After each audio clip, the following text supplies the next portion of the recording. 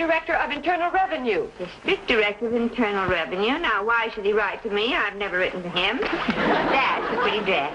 I wonder what he wants. Well, aren't you going to open it? Mm-hmm. Internal Revenue? That's income tax. Susie, what have you done? I don't know. Gee, I'm afraid to open it. Treasury Department. See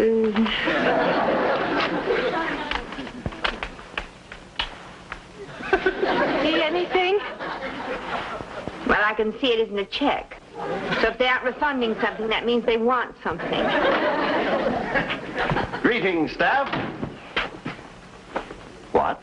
No smiling faces, no clicking heels, no smart salute for the General? General, here's a message from Garcia. Would you mind opening it for me?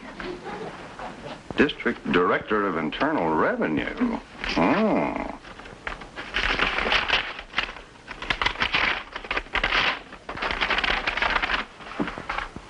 They want to see you and your tax records for 3 years ago within the next 10 days. I wonder how far away I could get in 10 days. Susie, don't worry about it. They investigated my return, and I'm still here. Why don't you call your tax man? Have him take the rep. Oh, that's a wonderful idea. Bye. Get Mr. Richards on the phone right away. Good morning. Good morning. Hi, Fred. Peter. Peter, I want you should shake hands with Mr. Binkley Piper. Is he not magnificent? He's great, Fred. Oh, Mr. Richards? Oh, just a moment, please. I'll take it in my office. Did you draw him for fun or for money? Both. When I draw cartoons for money, I have fun. Your account? The White Star Oil Company. They have commissioned me, Fritz Kozlow and Company, to do a series of cartoon commercials for the television. So I sit down at my ink bottle, and before you know it, poof, out pops the hero, Mr. Binkley Piper. Destined to sell millions of cans of no-ping valve oil. But alas, he cannot sell until he have a voice. That is where you come in, Peter. I give you the honor of finding me a voice for Binkley. What sort of voice? A high one, but not too high. Low, but not too low. It should be gentle, a little rough. Hot, but not too strange. You mean with pear-shaped tones like this? That is it, that is it. Tones like this, and modulations like this. Leave it to me, Fritz. I'll look through the files and see what we have. Good. I'll call you back. All right. Thank you. Susie, do we have a client with a voice that sounds like this with just a touch of this? I don't know. But I just talked to a voice that had a touch of this. My tax man. He says I'm strictly on my own because that was the year I made out my own tax so I wouldn't have to pay him. Mr. Sands, exactly what happened when they questioned you about your tax? Well, they wanted me to explain my deductions, but I shut them up in a hurry. How? I simply gave them a check for another $2,500. Fine. That's what I like about you, always so encouraging. Susie, can you get your mind off taxes for a minute? What a monumental effort. Now, Fritz has a problem. He needs a voice to go with this new character for a series of TV commercials. TV commercials? Oh, Mr. Sands, I just couldn't concentrate on something like that today. Susie, you're getting yourself all lathered up over nothing. You know darn well they're not going to put you in jail. I know that, and you know that, but do they know that? Why don't you go down and find out? Well, I will as soon as I get up enough courage. They gave me 10 days. Well, I couldn't stand 10 days of this. Now, you go home, get your records, and beard the lion in his den. Oh, Mr. Sanford, That is an order. Remember, a coward dies 1,000 deaths, a brave man dies but one. Mr. Sanford, Go. I don't have my mind. Go. I know it's only a TV commercial, Sam, but Fritz Kozlow is building a whole series around this character. It could mean a career for you. Okay, Sam, okay. If you feel it's beneath your dignity, forget it. Yeah, I'll be talking to you. Actors, Come in. I just wanted to know I'm back. I bet it went a lot easier than you thought it would. What happened? Well, I got as far as the newsstand, and then I read the headlines about Gladstone Parker Burns, only one of the richest men in the whole world. What happened to him? Federal penitentiary. Managed that. Evasion of income tax. Well, what's that got to do with you? Well, Mr. Sands, Mr. Burns only had a battery of 10 lawyers. And what did they get him? 10 years in the clink. Now, if that can happen to Mr. Burns, what do you suppose can happen to me? Susie, what did they tell you at the Bureau? Well, I don't know. I never got there. I just couldn't face it. Oh, Susie.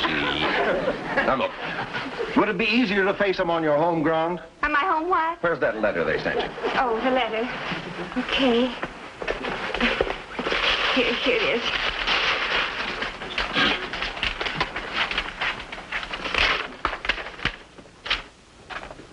Yes, Mr. Sands? Vi, will you get me Mr. Bascom, the Office of Internal Revenue, please?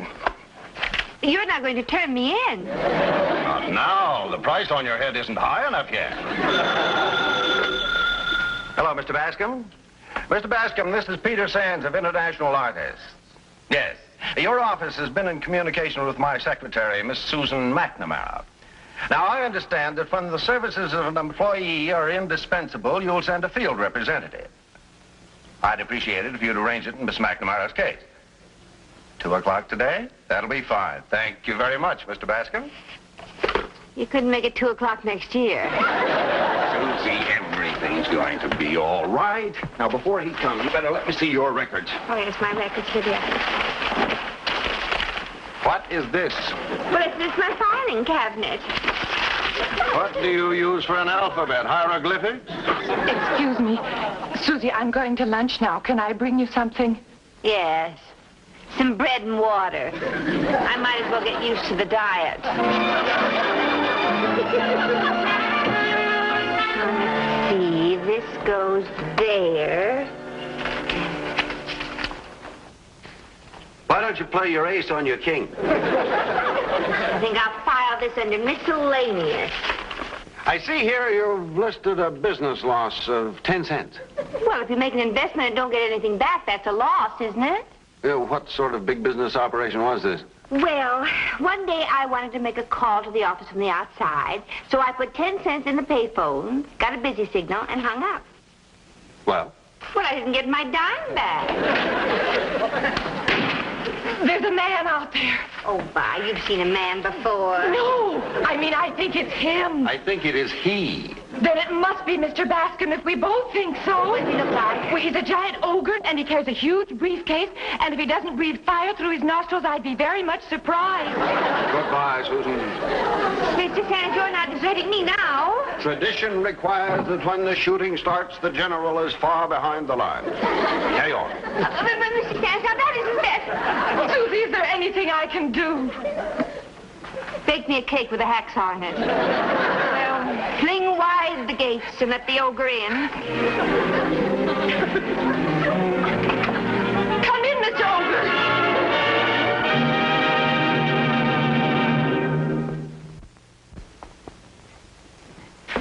The name is Bascom.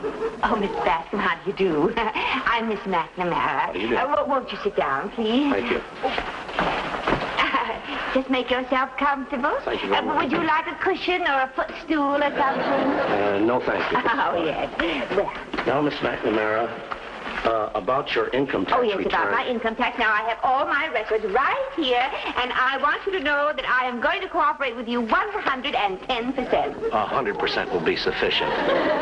Now, here in G, you mentioned... G, Schedule G.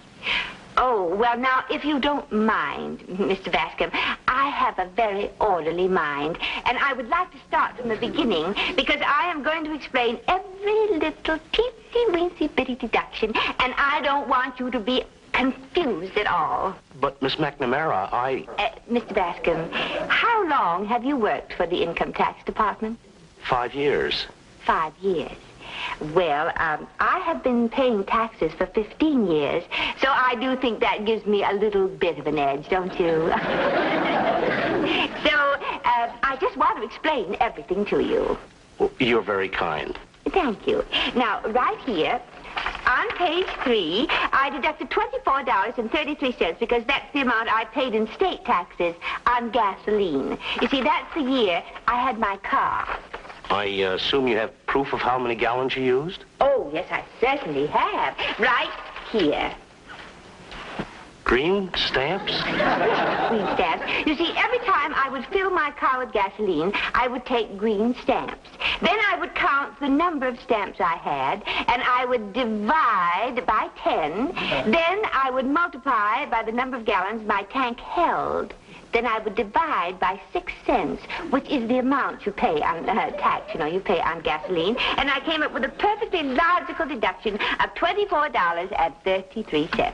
But Miss McNamara, there aren't enough stamps in this book to justify a deduction of $24.33. Oh, well, I know that. You see, I turned in some of my books on a home permanent kit. How does the department know about that? Well, all they have to do is look. I have a permanent way. Miss McNamara, I have to explain these things to my superior. How is he going to know about the home permanent? Oh, yes. But that is a problem, isn't it? Well, I tell you what, there's some little hairs back here I don't need. I'll just snip them off and send them with you. Miss McNamara, in the course of my work, I've encountered many methods of bookkeeping. Yours is by far the most unique. Well, now, let's go on to the accident, shall we? Accident? What accident? You mean you didn't read about it in my returns? It's the one I had the day I drove this important client of Mr. Sands. What happened? Well, I smashed into a lamppost and damaged my car to the tune of $42.50. That's what happened. $42.50? Uh-huh. Yes, oh, well, here's the receipt. Well, what makes you think you can deduct this? Well, because of what says right here in your own little booklet. Let me see, I read it. Here we are. Transportation expenses include payments for actual travel, or if you use your own car, the business portion of the operation, including fuel and repairs. But, Miss McNamara, you would have had the accident even if you hadn't been on an errand for your employer. Oh, no, I wouldn't. Well, how do you know? Well, because of the importance of this client. If this client hadn't been this important, I wouldn't have worn my new coat with those great big wide cuffs. But what do the wide cuffs have to do with the accident? Well, I'm glad you asked that. Now, this was a very chic and very smart coat, you see. It was very new at that time, with these great big, huge cuffs like this. And I was just going to make a left turn, like this, and my sleeves caught in the gear shift and threw the car out of control, and bang, no more lamppost. And not only that, I drove over all the broken glass and tore up 2 of my tires. Here's the receipt for that. Now, let me see, I have it right here. Let's see. The receipt for the lamp. Here we are. Miss McNamara, I'm very much afraid that... Okay. Excuse me. Yes, Mr. Sands? Miss McNamara, would you come in a moment, please? Yes, sir. Well, would you excuse me just a minute, please? Susie, Yes. I've been eavesdropping. Oh, well, how am I doing? Well, you probably won't put you in solitary. Well, what'll I do? Do you have any idea? Yes, you're using the wrong approach. Wrong approach. You're forgetting the power of a woman's tears. Oh, you mean... I mean... Oh, tears, that's a wonderful idea.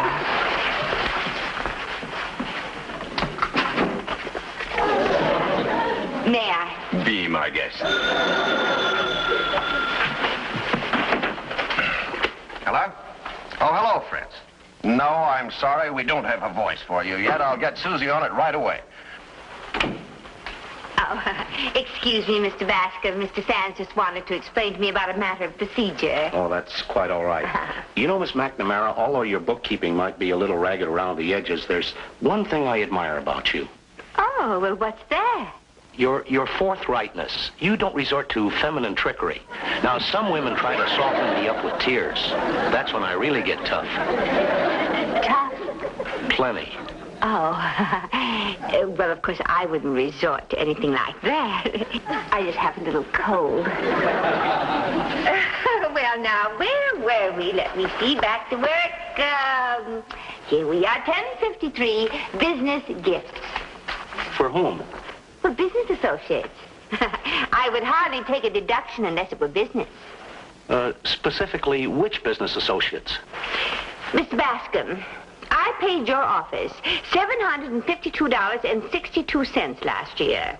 Do you know what you did with it? No, but... Yes. Come to think of it, what did you do with all that money? How should I know? Well, it's your business to know, Mr. Bascom. This is a government of the people, for the people, and by the people.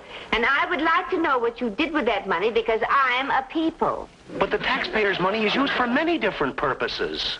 I am only interested in what happened to my $752.62.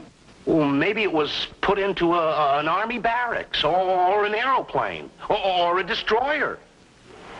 Which destroyer? Well, how should I know? Maybe the Robert Farnham. You mean I own the Robert Farnham? No. You just own a part of it. Which part? Oh, how should I know? Maybe the compass. $752.62 for a compass?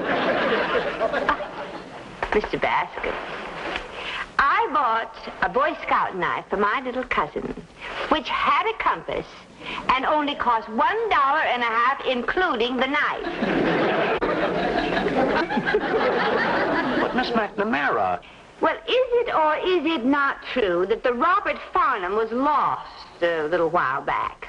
Well, it's true. Yes. Well, for your information, my little cousin with his little old compass has never been lost. But lots of ships get lost and run aground. Yes. And when the Robert Farnham ran aground, it was so smashed up they had to tow it into dry dock.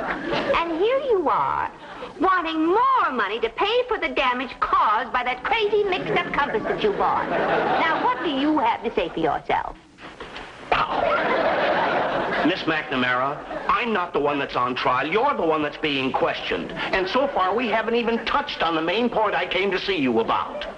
We haven't? We haven't even come close. Is it serious? Anything pertaining to taxes is serious. Yeah. Would you excuse me a moment, please? Yes, bye. I'll be right out. Did she buzz you? Oh, no. No, but she was planning to. But you know how it is. When people work together a long time, they just anticipate each other. Well, I'll be right back. Bye. My head is about to roll, and you're just the one who can stop it. What do you want me to do? Well, keep the phones ringing. If I can stall him long enough, maybe he'll get tired and go. All right, Susie. Operation Switchboard is about to begin. Oh, dear, if it isn't one thing, it's another. Hello? Oh, Genevieve. Oh, Genevieve, I can't talk to you now. There's someone in the office. I'll call you back later. Okay. So sorry. Hello? Mrs. Mailing? Oh, how are you, Mrs. Mailing? Ooh. Well, fine, thank you. Oh, yes, I would love to have that recipe for a custard cake. Could you give it to me now? Oh, fine. This will only take a minute. Okay, go ahead. 2 cups of rolled oats.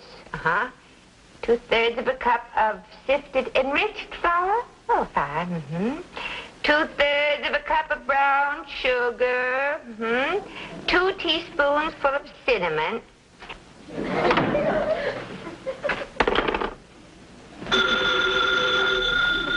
Hello? Hello, Miss McNamara. This is Mr. Bascom. Oh, Mr. Bascom. Well, I thought you'd gone. Oh, yes, sir. I'll forget about the recipe.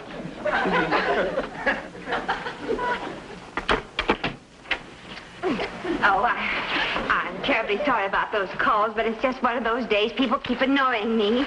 Well, I often have an evening like that at home, but I know what to do about it. What? Well, I answer with a phony voice, like this. Hello? Then if it's someone I don't want to speak with, I say, I'm very sorry, but Mr. Bascom has gone to Boston. Oh, that's wonderful. Do it again. would you really like it? Well, it might come in very handy. Let's hear some more. Well, if you can stand it. There's no use calling Boston. He won't answer. He's got bronchitis and he can't talk. Something wrong? No, something may be very right. I just have an idea where that voice may come in handy. Excuse me. Mr. Sands. Mr. Sands, I found it. Found what? Well, look. Where? Mr. Bascom. Susie, I will have no part of bribery. Bribery? Yes. Build him up, make him a lot of promises, offer him a new career just so he'll go easy on you. Mr. Sands, I am not going to let a promising career go down the drain because you're a stuffy moralist. If you don't have Fritz Caslow audition Bascom, I will. He is the voice of Bingley Piper. Is he not magnificent? For the 20th time, I tell you, Bascom, you are this man. But you're making a mistake, Mr. Caslow. I'm not a cartoon. Look, Mr. Bascom, there is nothing to it. All we do is record your voice and then synchronize it with the animated cartoon. It's guaranteed to be an absolutely painless way of making a lot of money. Show him some copy, Fitz. Here, just read this, Mr. Bascom.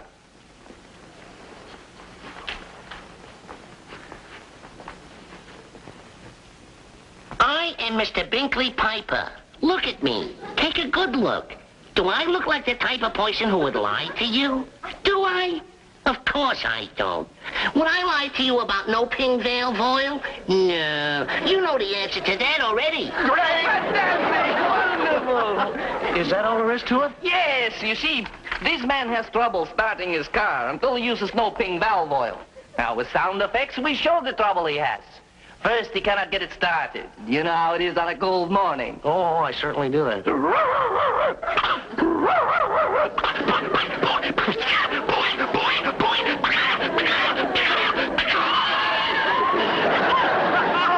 this man is a gold mine. Sound effects, too. You've just doubled your salary. Mr. Bascom, you're going to need an agent, and I just happen to have a contract handy. Well, just a minute. This is all coming so quickly. That's the way it is in show business. Feathers one day, chicken the next. Well, how much money could I make? Whatever you're making now, I triple it. And I'll give you a 7-year contract. When can you start? Well, I'll let you know as soon as I make a phone call.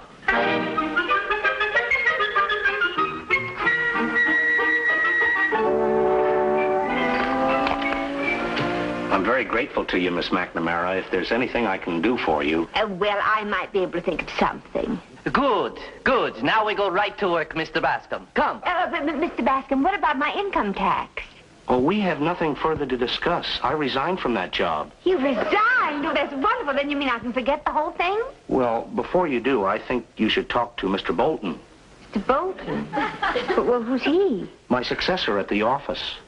Oh, no. This is where I came in.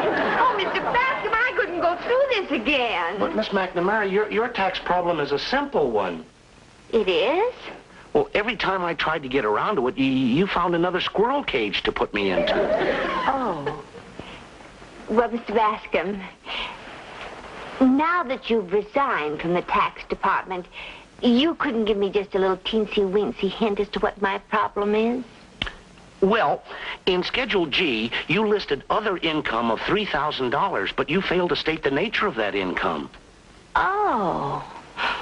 Well, that's the year I inherited all that money from Uncle George.